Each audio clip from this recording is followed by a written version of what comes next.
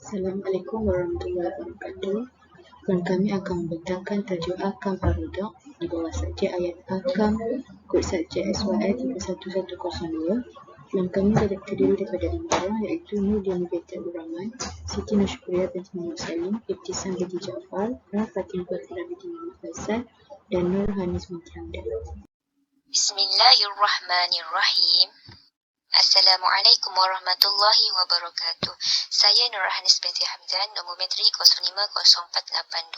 Saya akan membentangkan berkenaan dengan biodata Ibnu Katsir secara ringkas. Ibnu Katsir adalah Imam yang mulia Abul Fida Imaduddin Ismail bin Umar bin Katsir Al-Qurashi Al-Basri.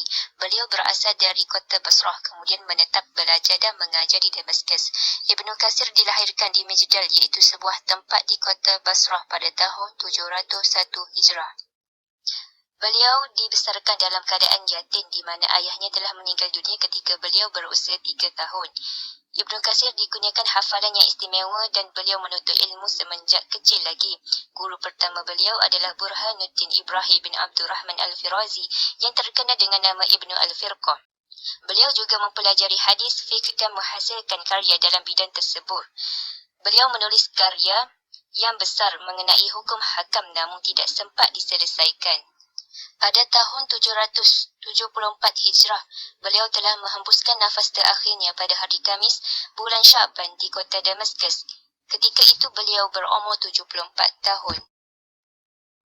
Antara karya Ibnu Katsir adalah Tafsir Al-Quranul Azim, Al-Bidayah wan Nihayah, Kitab At-Takmi fil Ma'rifat As-Siqat wa Du'afa wal Majahil, Syarh Al-Bukhari, Risalah Al-Jihad, Tabaqat Asy-Syafi'iyah, Manaqib Asy-Syafi'iyah, dan lain-lain lagi. Tafsir Al-Quranul Azim atau lebih dikenali dengan Tafsir Ibnu Katsir adalah salah satu dari tafsir bil ma'sur yang sahih. Di dalamnya diterangkan riwayat-riwayat yang diterima dari Nabi Muhammad SAW, dari sahabat-sahabat dan tabi'in, menjelaskan makna-makna ayat dan hukumnya dengan sedaya upaya untuk menjauhi daripada perbahasan tentang i'rab dan pecahan ilmu balaghah lain seperti yang dilakukan oleh ulama tafsir lain. Beliau juga tidak membahaskan secara panjang lebar ilmu yang tiada kaitan dengan tafsir atau memahami Al-Quran itu sendiri. Ibnu Katsir juga sentiasa berbincang dengan gurunya tentang perkara yang mengelirukan untuk mendapatkan keputusan yang tepat dan betul. Tafsir ini dimulakan dengan mukaddimah yang panjang dan menyebut perkara penting yang berkaitan dengan Al-Quran dan pentafsiran.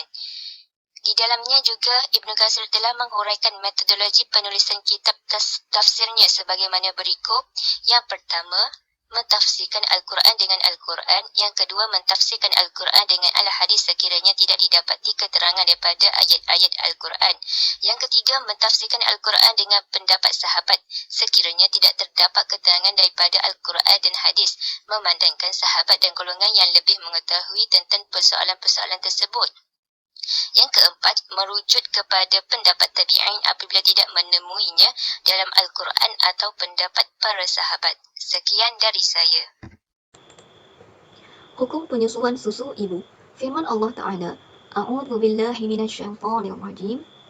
وَالْوَالِدَاتُ يُرْضِعْنَ أَوْلَادَهُنَّ حَوْلَيْنِ كَامِلَيْنِ لمن أراد أن يتم الرضاعة وعلى المولود له رزقهن وكسوتهن بالمعروف لا تكلف نفس إلا وسعها لا تضار والدة بولدها ولا مولود له بولده وعلى الوارث مثل ذلك فإن أراد فصالا أو تراض منهما وتشاور فلا جناح عليهما وإن أردتم أن تسترضعوا أولادكم فلا جناح عليكم إذا سلمتم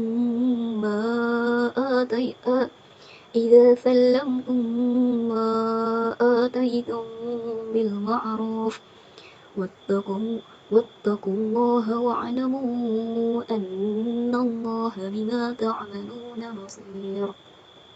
Maksudnya, dan ibu-ibu hendaklah menyusukan anak-anak mereka selama 2 tahun genap, iaitu bagi orang yang hendak menyempurnakan penyusuan itu. Dan kewajipan bapa pula ialah memberi makanan dan pakaian kepada para ibu itu menurut cara yang sepatutnya.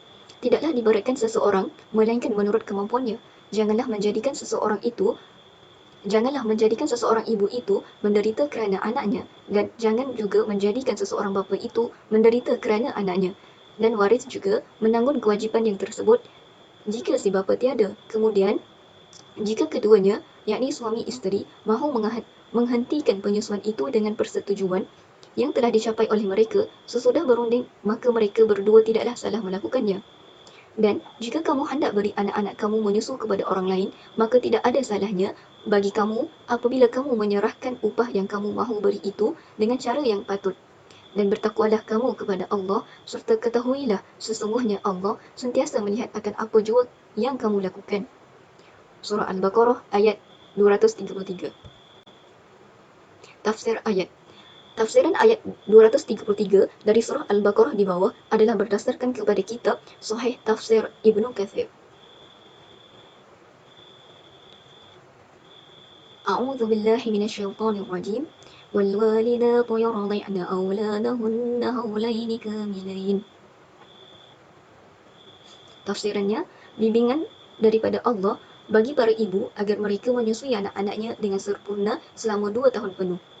Liman arada an yutimma ar-radha'ah.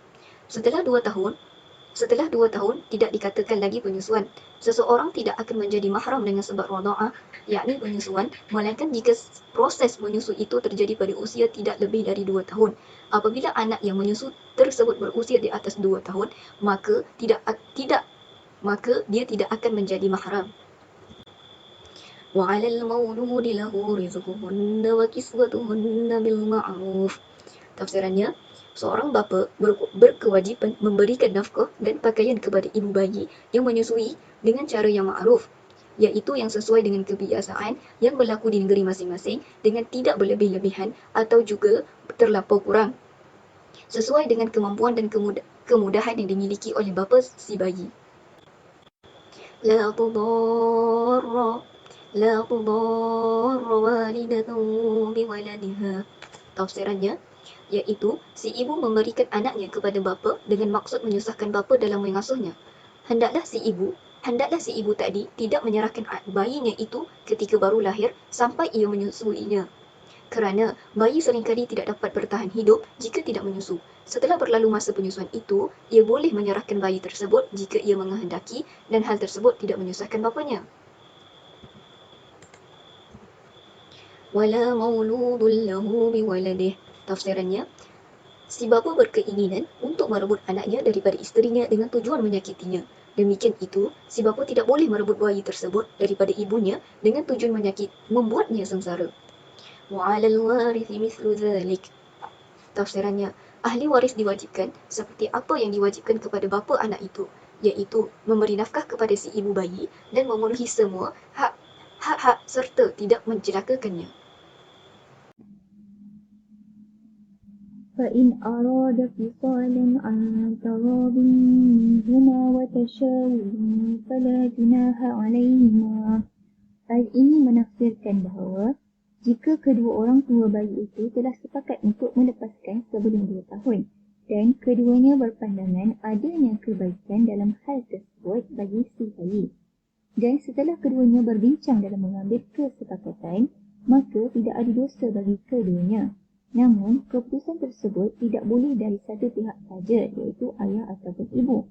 Salah satu pihak tidak boleh memaksakan kehendaknya tanpa berbincang dengan pihak lainnya. Seterusnya, وَإِنْ أَرَدْتُمْ أَنْ تَسْتَرْضِعُوا أَوْلَادَكُمْ فَلَا جُنَاحَ عَلَيْكُمْ إِذَا سَلَّمْتُمْ مَا آتَيْتُمْ بِالْمَعْرُوفِ.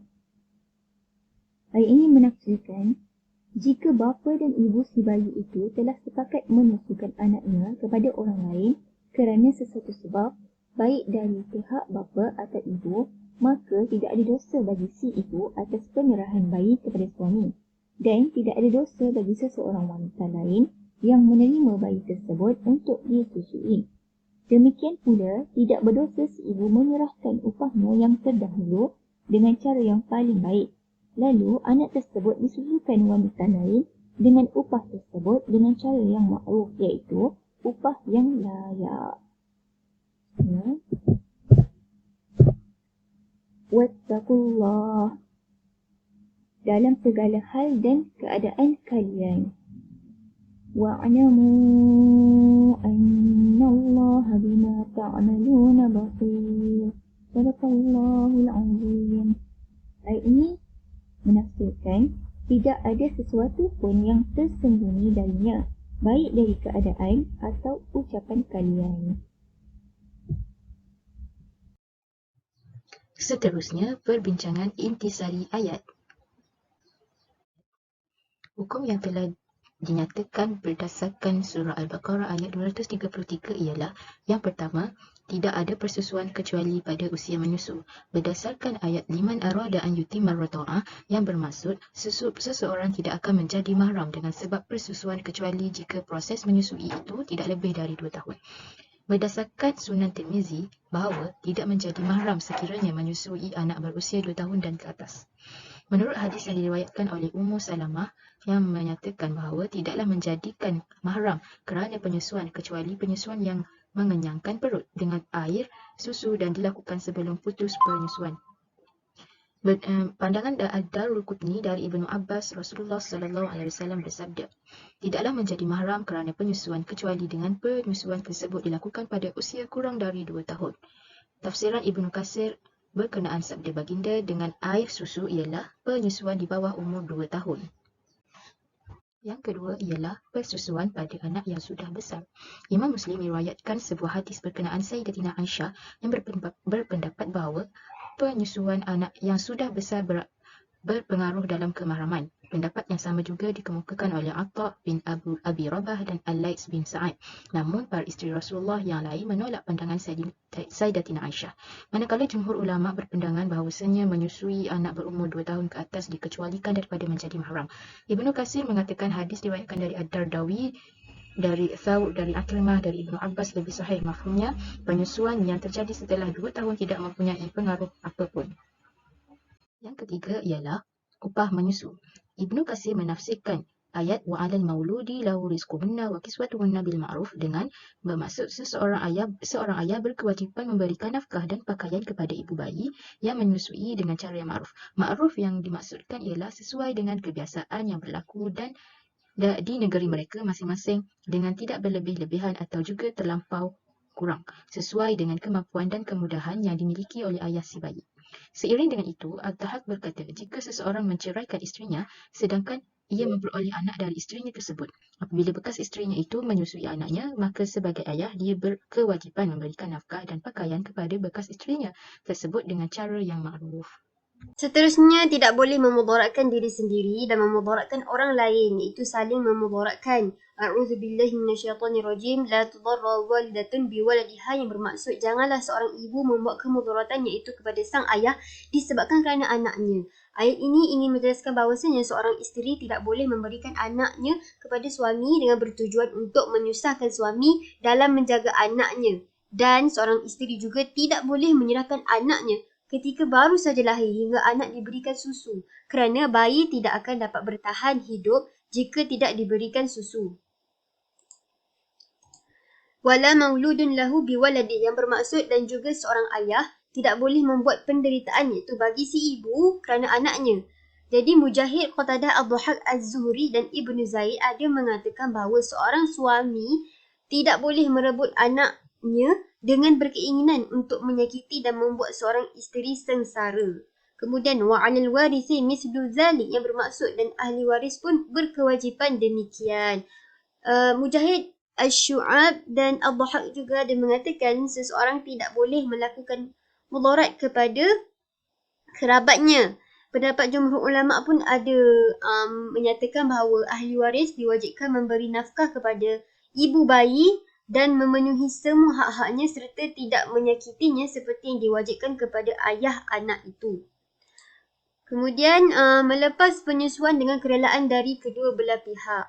A'udzubillahi minasyaitonirrajim. Fa in arada fisalan an taradin minhuma wa tashawurin fala junaha alaihima, yang bermaksud apabila keduanya ingin melepas iaitu sebelum 2 tahun dengan keredaan keduanya dan permusyawarahan, maka tidak ada dosa bagi keduanya. Jadi maksud ayat di sini melalui As-Sawri dan ulama lain yang berpendapat bahawa jika kedua orang tua si bayi itu bersepakat untuk melepaskan penyusuan sebelum masuk 2 tahun dan keduanya melihat ada kebaikan bagi bayi itu, maka tidak ada dosa bagi keduanya setelah mereka bermusyawarahan tentangnya. Ramai ulama juga mengatakan bahawa seorang isteri tidak berdosa memberi bayi kepada suami untuk menyusukan anaknya kepada orang lain kerana suatu sebab setelah mereka berdua bersetuju tentangnya. Seorang isteri juga tidak berdosa apabila memberi upah dengan langkah yang paling baik kepada wanita yang menyusukan anaknya. Seterusnya, wattaqullah, iaitu maksudnya bertakwalah kamu kepada Allah. Jadi di sini jelas bahawa ayat ini mengatakan bertakwalah dalam semua hal dan keadaan. Dan akhir sekali, wa'lamu annallaha bima ta'maluna basir, yang bermaksud dan ketahuilah bahawa Allah Maha melihat apa yang kamu kerjakan. Jadi maksudnya tidak ada sesuatu hal yang tersembunyi dari Allah Ta'ala. Sekian itu sahaja daripada saya. Sekian wabillahi taufiq wal hidayah. Wassalamualaikum warahmatullahi wabarakatuh. Terima kasih.